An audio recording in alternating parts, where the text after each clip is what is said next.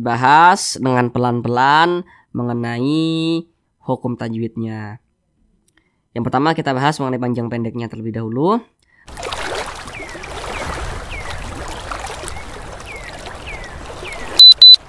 Assalamualaikum warahmatullahi wabarakatuh. Semoga saudara semuanya yang ada di rumah senantiasa dalam keadaan sehat dan bahagia selalu. Amin amin ya rabbal alamin. Baiklah saudaraku semuanya, kita kali ini akan kembali lagi belajar ngaji. Kami akan bantu saudara semuanya untuk memperlancar bacaannya, untuk memperbaiki bacaannya. Sama-sama kita berdoa, semoga apa yang kita pelajari lekas Allah berikan kepahaman kepada kita, sehingga kita semuanya bisa membaca Al-Quran dengan baik dan juga benar. Baiklah, tanpa perlu berlama-lama, langsung saja kita ke Al-Qurannya. Baik saudaraku semuanya, sekarang di depan kita ini sudah ada Al-Quran ya. Jadi pada kali ini kita akan belajar ngaji pada surah Al-Baqarah ayat 15. Baik, di sini akan kami bacakan terlebih dahulu.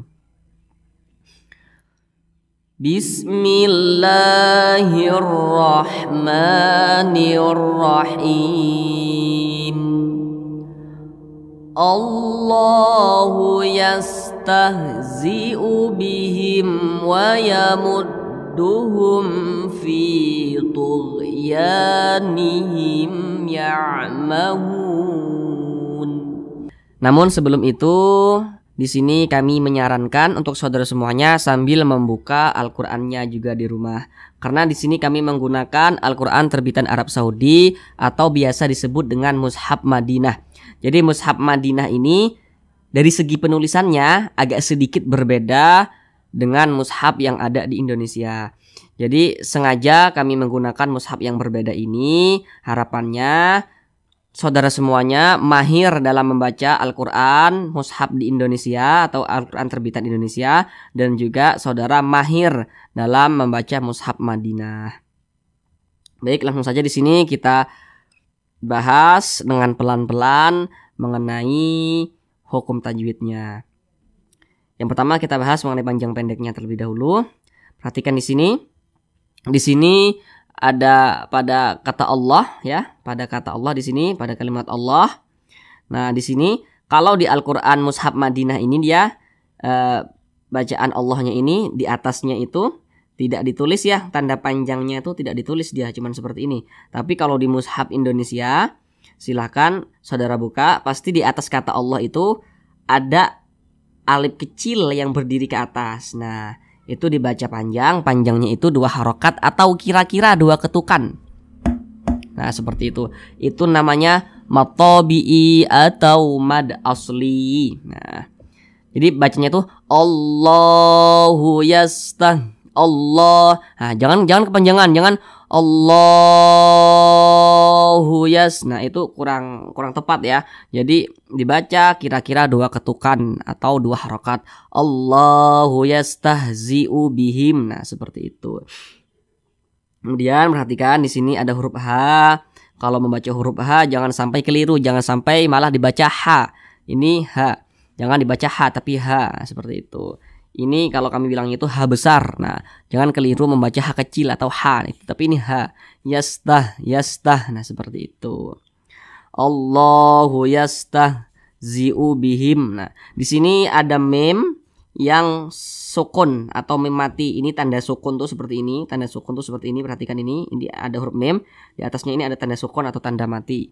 Nah, jadi setiap menemukan mem yang memiliki tanda sukun, perhatikan, setiap menemukan mem yang memiliki tanda sukun, apabila mem tersebut mati atau sukun, kemudian di depannya seperti ini, di depannya itu berjumpa dengan huruf ba, maka itu bacanya itu didengungkan, ditahan suaranya kira-kira 2 ketukan.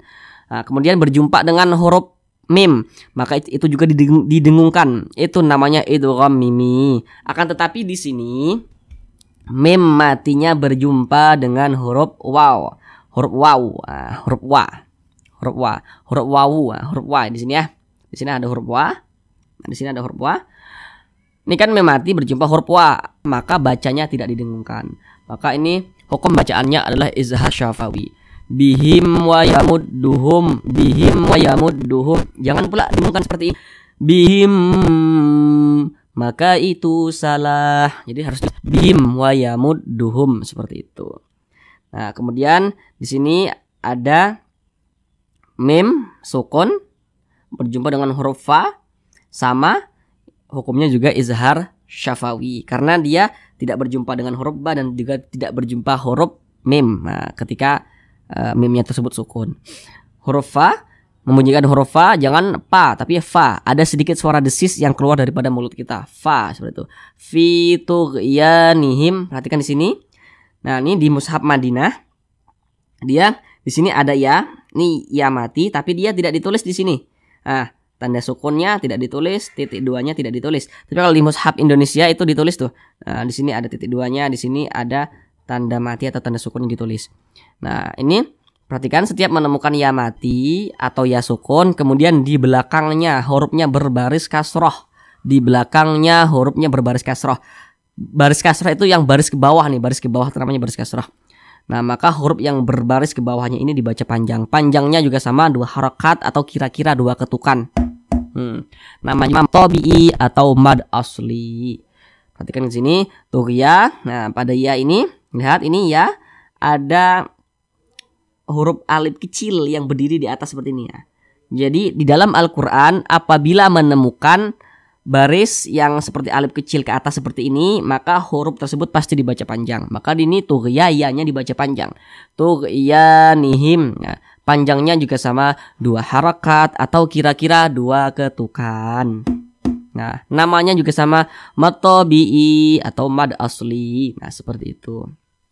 Kemudian ini ada mim lagi, mim sukun atau mim mati ini ya, berjumpa dengan huruf ya. Nah, maka sama izhar syafawi. Tadi bedanya cuma mim mati bertemu huruf ba, hukumnya ikhfa syafawi. Mim mati bertemu huruf mim, hukumnya idgham mimi.